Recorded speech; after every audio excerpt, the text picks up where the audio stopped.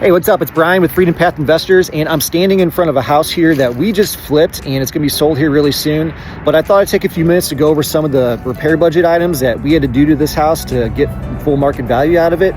You know, a lot of people we talk to, they might be on the fence about whether they should put some money into the house themselves and try to get more money out of the house, or, you know, just selling it as is to an investor like us. In my opinion, I think a lot of times it's a dollar for dollar return, and it's going to take a lot of time and money and headache. But let's go show you what I'm talking about here. Go over some stuff. All right, so not a very common item. This was actually the first time we've had to do this, but behind me used to be an in-ground pool.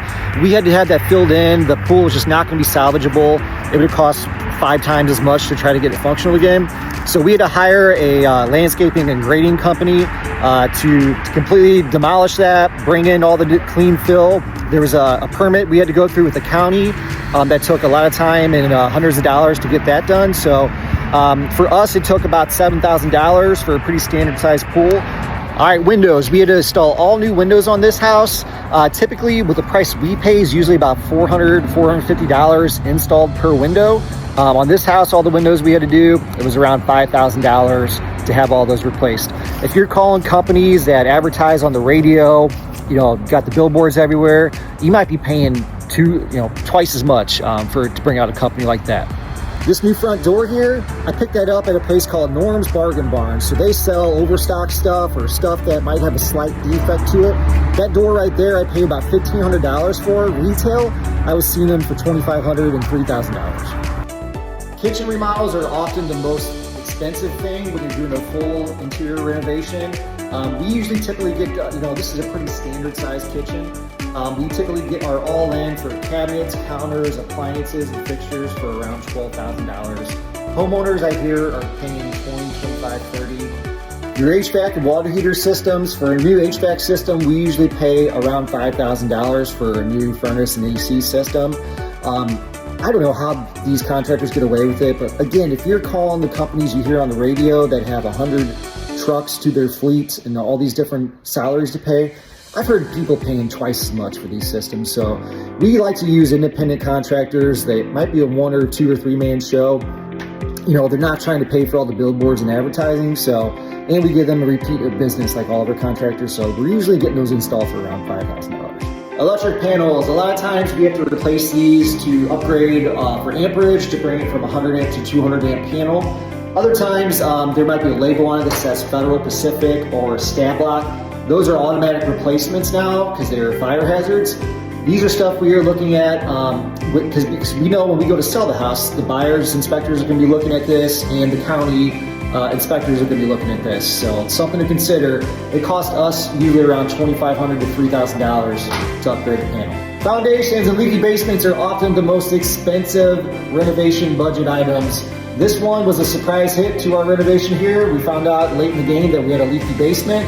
We had to do a sub pump and drain tile system. I believe costs around $6,000 to $7,000. Depending if the size of your basement, this could cost anywhere from $5,000 to $10,000. As you can see, we decided to finish the basement off on this house here. If you're calling a contractor that advertises that does basement remodels or kitchen and bathroom remodels, those guys are charging an arm and a leg because they know they can. We typically will put down carpet, finish the walls, paint the rafters. So we're leaving it like a blank slate for the new homeowner to come in and customize it and use the space how they want. But if you're hiring a contractor like that, you can expect to pay anywhere from $20,000 to $30,000 or $40,000 for a nice, complete basement remodel. So when we're doing a full renovation like this, I mean, we're touching every square inch of the house. We're doing all new paint and trim and flooring all throughout the house. We like to use the LVP, the luxury vinyl plank flooring in the living space. And in the bedrooms, a lot of times we'll do carpet, but everything's fresh paint, all new trim. So when you're talking about adding all of that up, the quick and easy way I do it, I take the square footage of the house so this house, for example, was around 1,400 square feet. And I'd multiply that by 10. $10 per square foot for the painting, the flooring, and the trim work. That's gonna be your labor and material to give you your rough ballpark what it should cost. So on this house, it was somewhere around $14,000 to do all that work.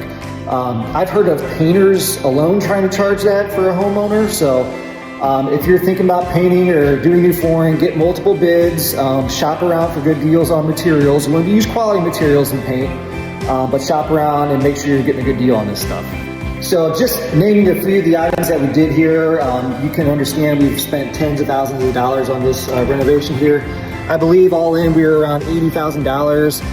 And there's some stuff that we didn't have to do, like the roof. We checked out, it was only a couple years old. It was in great shape. The siding, the vinyl siding was in good shape. Gutters were fine, but pretty much everything else to the house we had to touch. And obviously the pool yard was a big ticket item.